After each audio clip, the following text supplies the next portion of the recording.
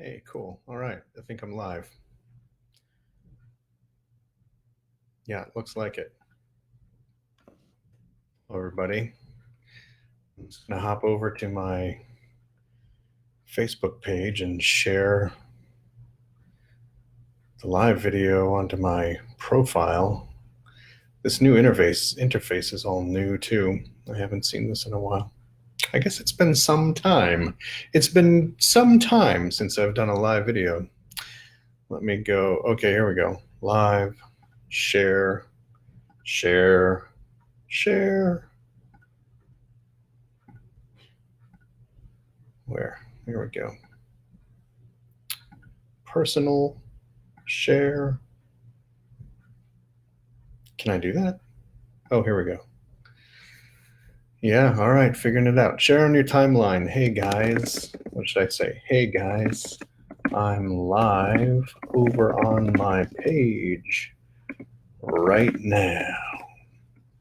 Check it out.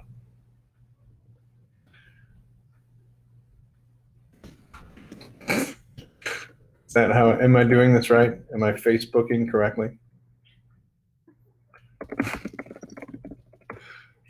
Okay, there we go. Shared, posted, posting, done. All right, let me go back to the live. All right, doesn't look like anybody's watching yet. If you're watching, comment so I know, because this whole new interface is brand new to me anyway. I wanted to show what came in the mail yesterday because something very exciting came in the mail. I got this. This arrived, and I had no idea what was in it. I had no idea what to expect. But what's in it is a copy of my latest book, the latest book that I'm inside of it. A book edited by Dr. Eric Maisel, who is the world's first and foremost creativity coach. He's amazing. If you haven't heard of this guy, you've got to check out his work. If you are a creative or an artist in any way, shape, or form, you need to have at least two of his books right off the bat. One of them is Affirmations for Artists. It's amazing. And then the second one, which I got into a couple of years ago, is called Coaching the Artist Within. And it's all about self-coaching as a creative. Dr. Maisel leads classes and workshops, writing workshops, book writing workshops, creativity coaching workshops worldwide. He's based in San Francisco. Please look him up. Anyway, I connected with him because I had reached out to him a couple of years ago and connected with him about his work, and had the opportunity to be included in this anthology that he was pulling together, reaching out to other creativity coaches around the world, pulling together some best practices. I had one tool that I was using in particular in my coaching practice with clients and also with corporate clients at Ridge called persona mapping. And it's this version of the traditional persona mapping exercise that where you run various personality assessments and then you pull them all together into a visual exercise that you do on the wall on either butcher paper or a Post-it sheet.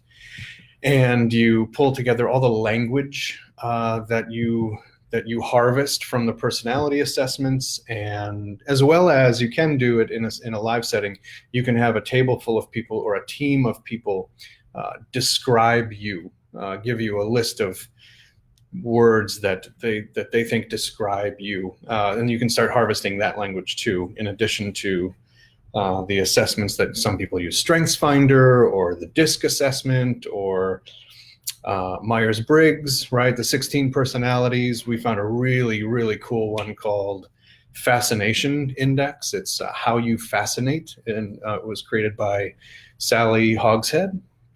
You can also use the Enneagram. There's all kinds of different personality assessments you can use.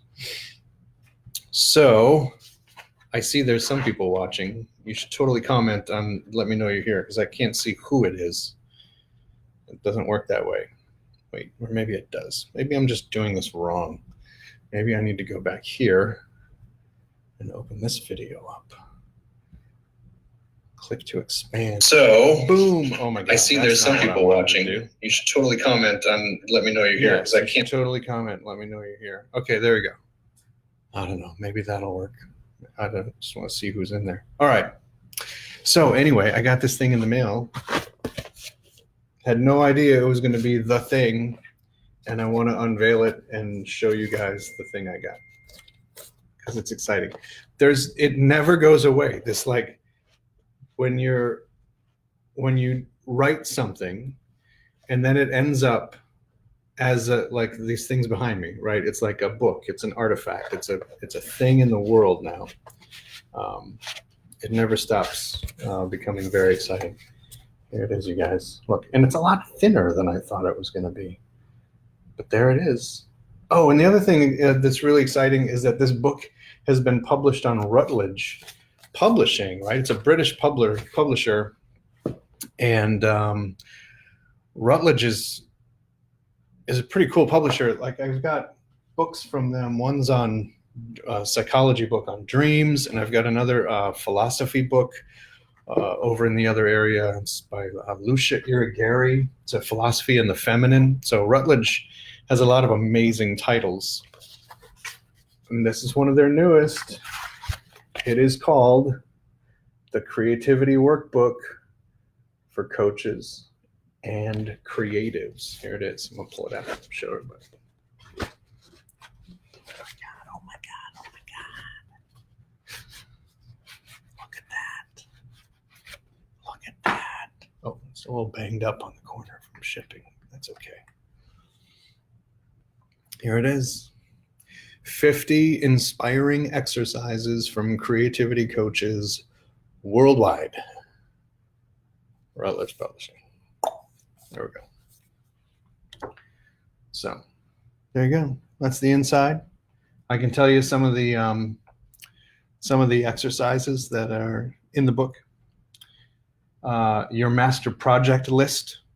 That's chapter 1. That's by Nadia Arbach. Making peace with your inner critic. That's by Jen Johnson. Oh, a birthday present for the muse. That sounds fun. That is by that is by Elise Allen. Let's see. Ooh, thresholds. Embracing and utilizing liminality, right? Liminal space is that space between. That is by Litza Bixler. Let's see. Ooh, discomfort as creative fuel. That's the chapter by Gina Edwards. Intention, Action, Reflection by Vanita Joseph. Vanquishing Your Nose and Overcoming Procrastination by Jude Walsh. Problem Solving Against the Clock by Cassie Cowles. The Peace Treaty. Here, this is from Beatrice Barrio. The Peace Treaty, a dialogue between the critical voice and the creative voice. And there it is. Chapter 20, Persona Mapping by yours truly. And there's a lot more. There's a lot of exercises in here. And let's go to mine. What page are we on here? I am on page 61, so we'll go to page 61. The book feels good. It's on some off-white, nice acid-free off-white paper. The cover is a matte cover. I'm not a fan of glossy covers, so this feels nice. What did I say, 61? Let's go here. There it is, Persona Mapping, Jordan Opel, Chapter 20. The purpose of this exercise helps clients with identity, life purpose, and meaning issues, and helps them increase clarity, certainty, and confidence. You bet. You bet. Supplies, there's what you need to run it, the exercise description, how to use the exercise in session, live with someone, or as homework. We were all asked if there was an option to do this remotely, or if you weren't able to sit with a client in person and work, something like an embodiment practice. How would you do that virtually? So in session or as homework. So there's two options, two ways you might run the exercise. Here's what you would need for home use. Here are the results that clients have received. And like I mentioned, I have done this with individuals that I've done purpose and creativity coaching for. And I've also run it in large groups in a corporate setting. And that's a really, really cool thing to do, because then everybody walks away with like, not just your job title, not just your, director of operations, but the director of operations then becomes the mystical web weaver of nurturing support, for example. That's a good one. And then it's about me at the end. Look, here's my little bio. Cool. This is exciting. This is exciting. So now I get to see what other people wrote. That's the exciting part about this. I get to see the other people in the book and check out what they wrote. And learn how I can, improve my coaching and what new tools I can use. So if you are interested in this book, it is available on Amazon or wherever finer books are sold. It is called The Creativity Workbook for Coaches and Creatives. It's now available for pre-order. So I think they're shipping this at the end of May. But if you want to go on and order it, you can get it through Routledge or directly or on Amazon. It's available now. And I also recommend check out Eric Mazel's work. Go back and get Coaching the Artist Within. That's where I recommend you start. And let's see. What else is going on here in the chat? Oh, here we go. Now I get to see who's watching. Dallas is watching. Hey, Dallas. I don't know if you're still watching. If you're still watching, leave a comment or something so I know, because this interface is new and confusing. I must be old, man. I don't even know what I'm looking at anymore. There's like comment moderation. There's the bandwidth of audio and the bandwidth of the video. I guess that's cool to know if you care about stuff like that. So I wanted to tell you a couple other things too while I'm on here and have the soapbox, have the platform and the opportunity. And that is that I have two other book projects kind of in the works. And that is one, co-authoring a book on visual meetings with my friend and CEO and mentor, Michelle Royal.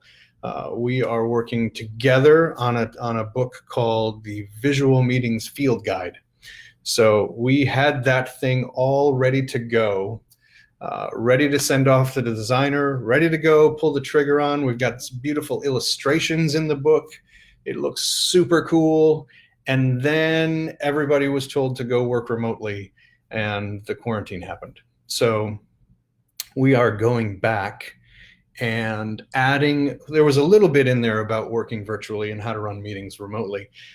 But now we're going back and I'm adding, that whole chapter is going to be totally expanded, and we're going to share new tools and new best practices and new, platforms that we're using and how to run those and how to facilitate meetings virtually and the differences between virtual facilitation and in-person facilitation.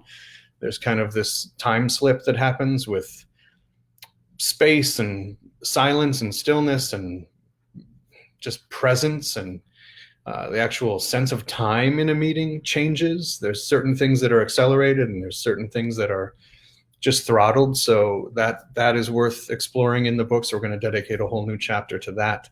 And then that book is ready to go probably by summer, I'm guessing. And then the other one is my next one. My next book is called Spiritual Edge. It's just a collection of essays. It's the essays that I've been writing for Progressing Spirit, which is a subscription-based website that some people have joined and have been reading those essays, but this collects all of those essays plus a bunch more that were either on my blog or were either included in the Integral Church book, or they've just kind of been scattered everywhere, and this kind of collects them all into one place. And yeah, the working title is Spiritual Edge, Exploring the Boundaries of Religious Thinking, or something like that. The essays are in. I've got everything written.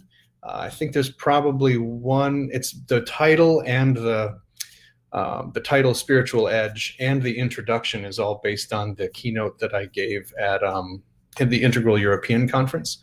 And that talks about spiritual edge and what that means, the edges between, the precipice between change and transformation. And so that's going to be included in the book as well. That is, again, it's done. I just have to go through, and it's in the part where writers know this, like you've got to read your whole book, and then I take a red pen to it, and then I go back and I read my whole book again, and then I make those changes and I read my entire book again. And it's like, by the time you're done reading your own book 5-10 times, however long it takes to, for the edits to be made, you really start to not, like, it's just, you hate the thing by the time you're done with that.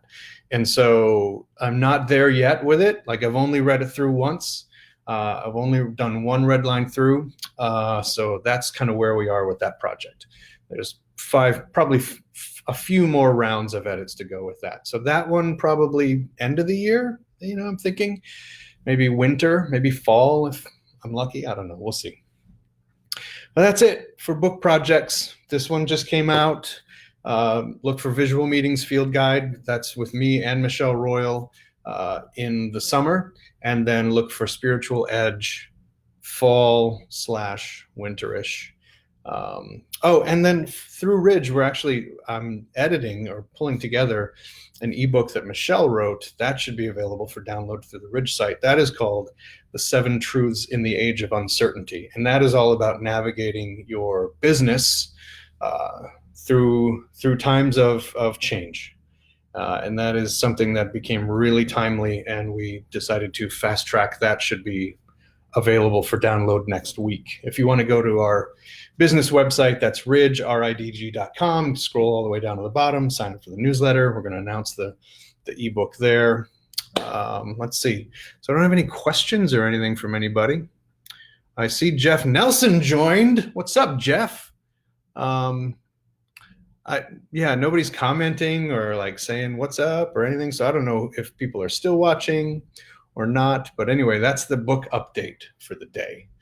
If you have any questions about them, let me know. And yeah, that's it. I got to go to the store now. I got to put on my my sock mask and venture out. All right. Ending the live video. Love to everybody. I hope everybody's staying safe and healthy and sane and getting exercise and hugging the people that are in your house as much as you can. Just sending so much love to everybody, and thanks for tuning in, y'all. All right. Peace.